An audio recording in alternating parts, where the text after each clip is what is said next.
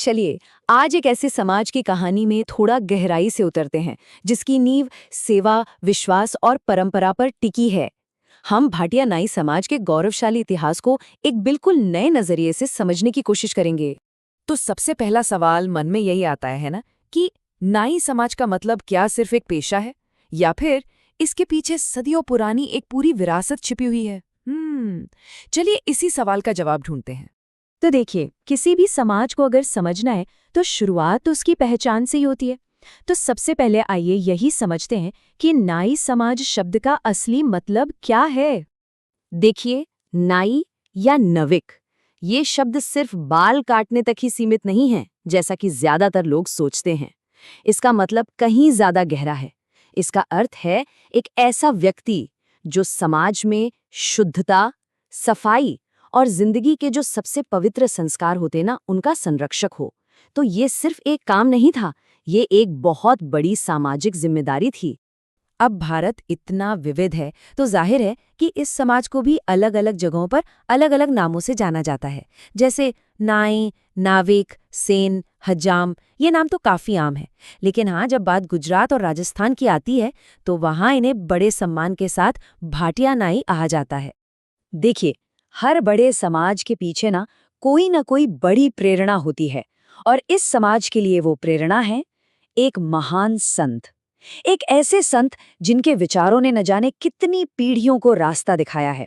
संत सेन महाराज। संत सेन महाराज ये 15वीं शताब्दी के उस दौर से आते हैं जब भक्ति आंदोलन अपने चरम पर था। ये वो जमाना था, सोचिए, जब पूरा भारत जाति पाति के बंधनों को तोड़ रहा था और बस ईश्वर की भक्ति में डूबा हुआ था। और संत सेन वो उस बदलाव की एक बहुत बड़ी, बहुत बुलंद आवाज थे। अच्छा, अब ये बात बड़ी दिलचस्प है। संत सेन महाराज के ना दो पहलू थे। एक तरह से कर्म से, मतलब अपने काम से वो राजदरबार में सेवा करते थे, लेकिन मन से वो ईश्वर के एक सच्चे, एक अनन्य भक्त थे। मतलब काम और भक्ति दोनों में उन्होंने एक गजब का संतुलन बनाया हुआ था। और उनका जो संदेश था वो उस जमाने के हिसाब से किसी क्रांति से कम नहीं था। सच में उन्होंने बिल्कुल साफ साफ कहा था, भगवान को पाने के लिए न जाति चाहिए न वैभव, केवल सच्चा मन और सेवा। कितनी सीधी सरल लेकिन कितनी गहरी बात है ये। इसने तो समाज के हर तबके को भक्ति का अधिकार दे दिया था। तो संत सेन जैसे महान संतों ने एक बात तो बिल्कुल साफ कर दी कि नाई समाज की पहचान सिर्फ सेवा करने तक नहीं है, बल्कि ये समाज तो एक महान संत परंपरा का हिस्सा था। एक ऐसी परंपरा जो पूरे समाज को आध्यात्मिकता और बराबरी का पाठ पढ़ा रही थी। तो ये जो आध्यात्मिक और नैतिक नींव थी, इसी ने नाई समाज को समाज में एक बहुत ही खास जगह दिलाई। चलिए अब जरा ये देखते हैं कि कैसे विश्वास और ईमानदारी ने उन्हें सिर्फ दरबार में ही नहीं बल्कि आम लोगों के दिलों में भी जगह दी।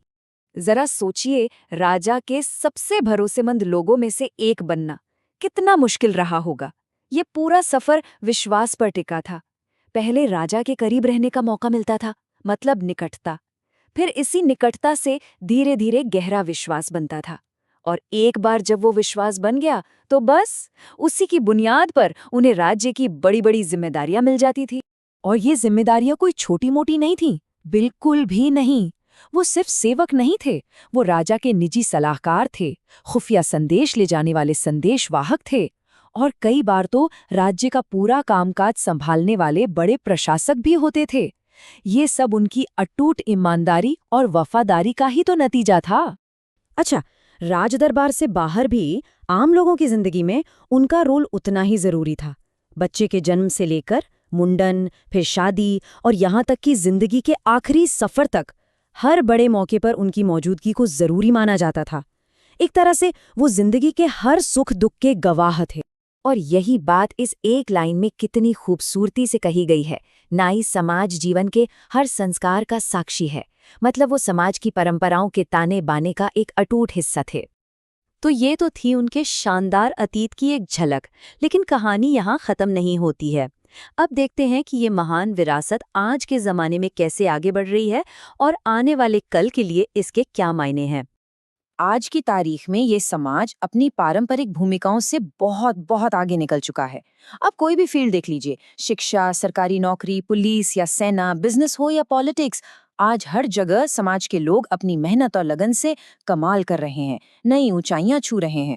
और जानते हैं आज की इस कामयाबी की जड़ें कहाँ हैं? उन्हीं सदियों पुराने संस्कारों में।